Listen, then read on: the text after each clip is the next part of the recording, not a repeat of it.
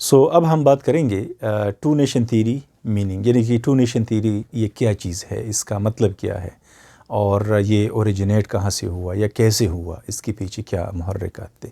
تو سب سے پہلے ہم یہ سمجھنا چاہتے ہیں کہ what does the two nation theory mean. اس کا مطلب یہ ہے، اس کا بڑا سمپل مطلب ہے، ٹو نیشن مینس دو قومیں، تھیوری مطلب نظریہ، مطلب دو قومی نظریہ۔ مطلب یہ ہوا کہ مسلم اینڈ ہندو جو ایک ہندوستان کے اندر رہ رہے تھے for centuries, they were living together for centuries in the Indian subcontinent, but they were declared as two separate nations, یعنی دو الگ الگ قومیں ہیں۔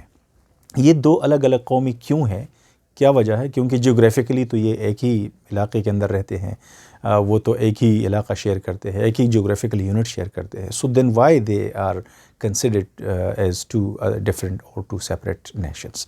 تو ڈفرینسز کی جو بنیادیں ہیں، ان میں سب سے پہلا جو بیس ہے، دیٹ از ریلیجن، یعنی مذہب۔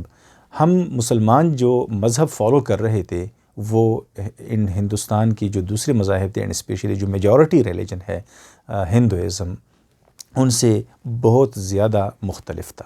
اس مسلمانوں کی اسلام کے اندر اور ہندوازم کے اندر کوئی کامنلٹی نہیں تھی۔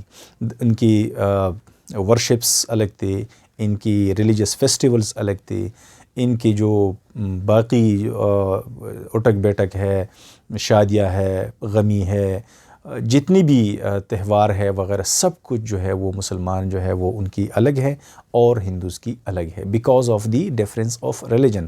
ادروائز تو ان کی کامنلٹیز تھی، لائک لینگوسٹک کامنلٹیز تھی، ایتھنک کامنلٹیز بھی موجود تھی، لیکن ریلیجن جو تھا وہ ڈیفرنٹ تھا۔ ایک مسلمان جو تھا وہ ہندوؤں سے ہر لحاظ سے، مذہب کی وجہ سے، اپنے مذہبی عقیدے کی وجہ سے مختلف جو تھا وہ ایک انٹیٹی تھی یا ایک قوم تھا۔ دوسرا جو ڈفرینس ہے، دیٹ از دی سویلائزیشن۔ چونکہ اب مذہب تبدیل ہو گیا، تو لہٰذا ان کی جو سویلائزیشن ہے اور ان کا کلچر ہے، ان کی ڈریسنگز ہے، ان کی خوراک ہے، ان کی چوائسز ہے، یہ تمام کی تمام چیزیں ہندوؤں سے الگ تھی، مسلمانوں الگ تھی اور ہندوز کی الگ تھی۔ سوشل کسٹمز، جس طرح میں نے آپ کو بتا دیا، جو رسم و رواج تھا، جو ایک دوسرے کے ساتھ ملنے ملانے کا رواج تھے وغیرہ، ساری چیزیں جو تھی وہ ڈیفرنٹ تھی۔ اس کے علاوہ ان مسلمانوں کی لاز اینڈ ٹریڈیشنز یہ بھی ہندوؤں سے الگ تھی، مختلف تھی۔ اور مطلب یہ ہوا کہ جب ایک ہندو ہے وہ اسلام میں کنورٹ ہو جاتا ہے، تو اس کی جو پچھلی آئیڈینٹی تھی وہ مکمل طور پہ ختم ہو جاتی ہے، اور وہ پھر ایک نئی آئیڈینٹی جو ہے وہ اختیار کر لیتا ہے، اور وہ نئی آئیڈینٹی اس کی بنتی ہے مسلم نیشنلزم کی۔ اور مسلم نیشنلزم کسی جیوگرافیکل نیشنلزم کی اس میں نہیں ہوتا، فریم ورک کے اندر نہیں ہوتا، بلکہ وہ ایک عالمگیر تصور ہے، جس طرح مختلف احادیث میں بھی ہے کہ مسلمان جو ہے وہ آپس میں بھائی ہے، چاہے وہ عرب ہے، چاہے وہ عجم ہے، چاہے وہ کسی اور بھی قوم قبیلے سے تعلق رکھتا ہے، لیکن if the person follows the religion اسلام، اس کی جو آئیڈینٹی ہے وہ پھر مختلف ہو جاتی ہے فرام دی ادر پیپل۔